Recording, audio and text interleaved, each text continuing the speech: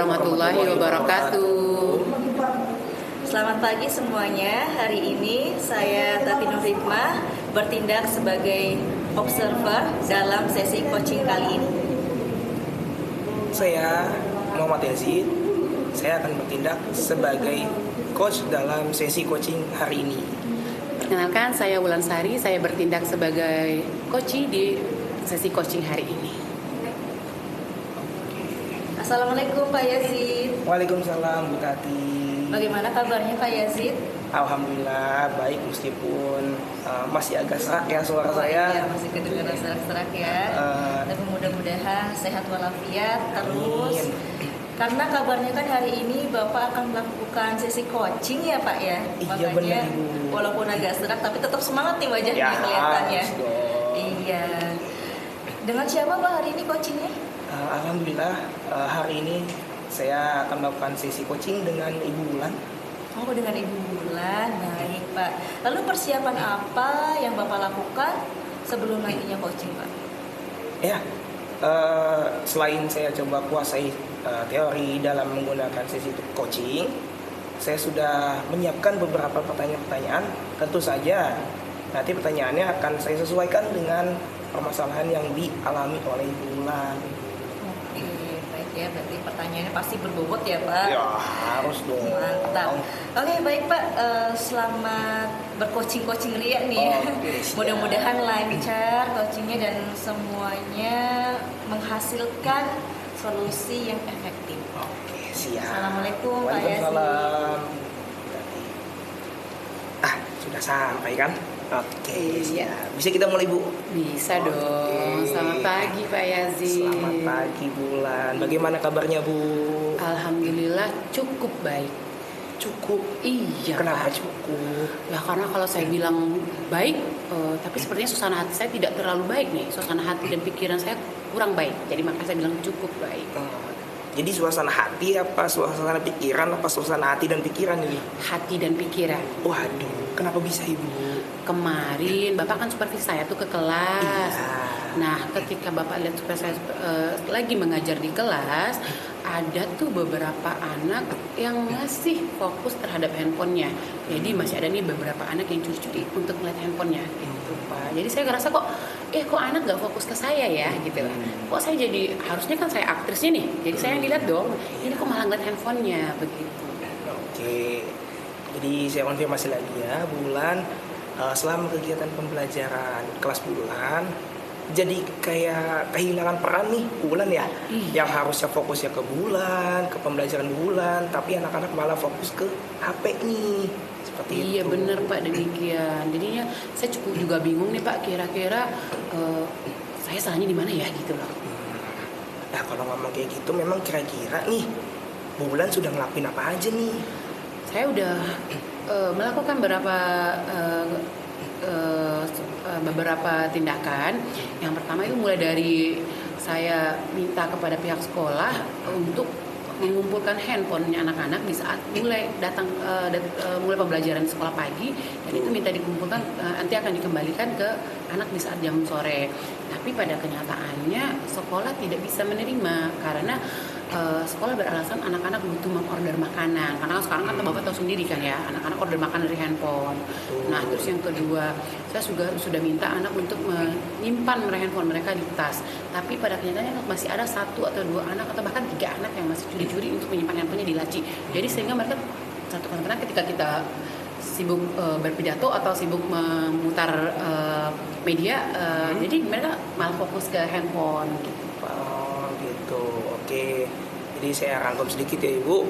Jadi dari tindakan yang Bulan sudah lakukan, yang pertama yaitu memberikan masukan kepada pihak sekolah untuk mengumpulkan HP seluruh siswa di pagi hari dan akan dikembalikan pada sore hari. Namun pihak sekolah menentang, belum bisa menerapkan karena beralasan masih banyak siswa itu mengorder makanan. Iya benar. Gitu.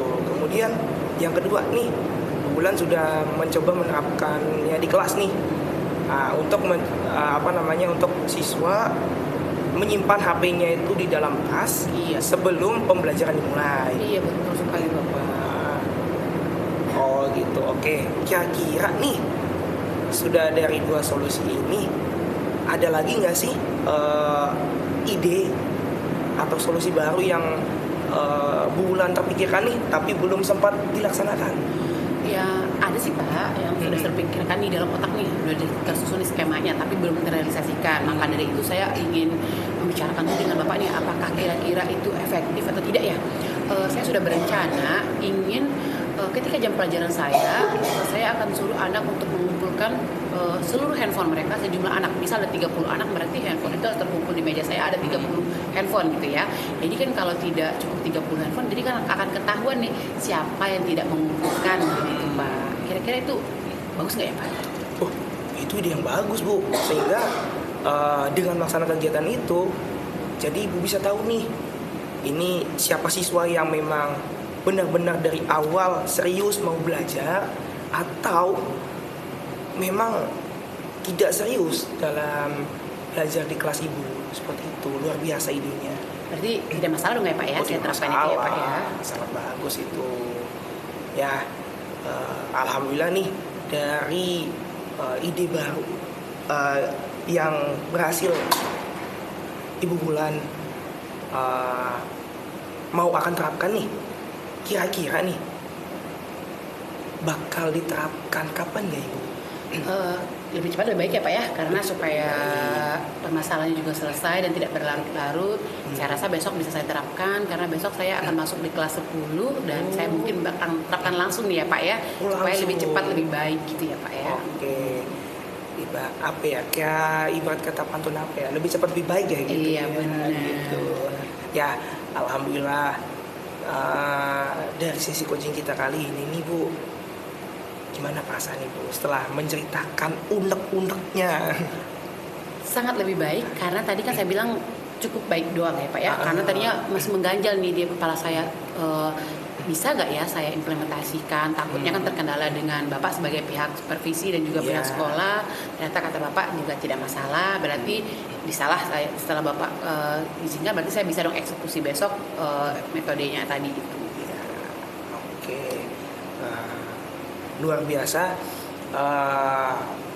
Salam sukses untuk Bu Wulan. Mudah-mudahan dari metode baru ini fokus dari anak-anak ini sudah tidak terpecah lagi, sehingga ya, sehingga selama pembelajaran itu benar-benar Bu Wulan itu seperti pemeran utamanya. Terima kasih ya Bapak ya untuk kesediaan waktunya mendengarkan cerita saya.